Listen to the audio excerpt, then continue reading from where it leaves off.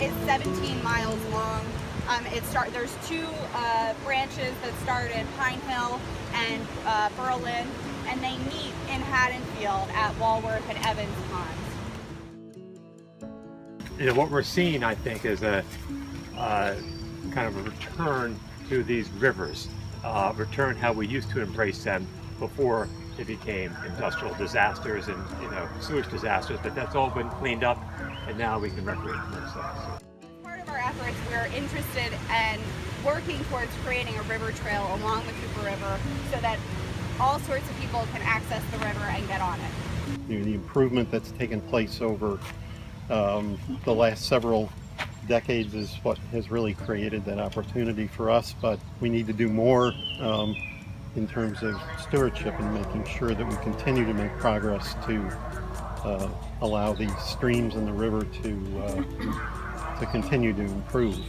And now we're at a point where we're trying to figure out and find the ways where we can make this swimmable, drinkable, fishable water, right? And so I think it's just important to remember how far we've come and how far we have to go.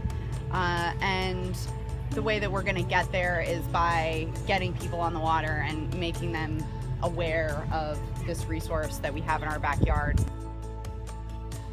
Allowing that type of engagement to occur in a city that has historically not had access to the waterways seems really integral to me to inspiring that culture of care and letting it happen organically in a way where there's comfort and sincerity and authenticity in our approach to teaching not only why the waterways are important but also why they're fun.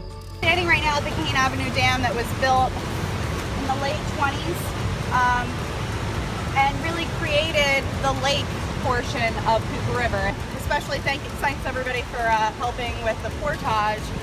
But the hope is that in a few years you won't need to do a portage, that we'll have a channel cut into this isthmus of land right over here where you'd be able to press a button and put yourself and your kayak or canoe into a series of locks that would then bring you from the tidal to the the non-tidal to the tidal or vice versa. Here for years, I've always wanted to get out here, and I've Googled for it, and I just been no way to do it without buying my own kayak.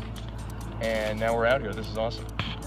It was hard to believe we were in the middle of Camden, where there was all around us, and hopefully in 10 years there'll be more people taking this trip, and the waterway will be cleaner and better, and more people get to use it.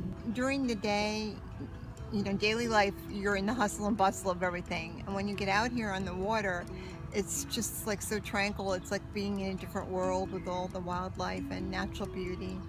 It's really something. Blown away. We're basically canoeing on this trip, and we find ourselves in the middle of Camden. Look around, don't hear cars, don't see buildings, just see nature and animals, birds and turtles and a deer.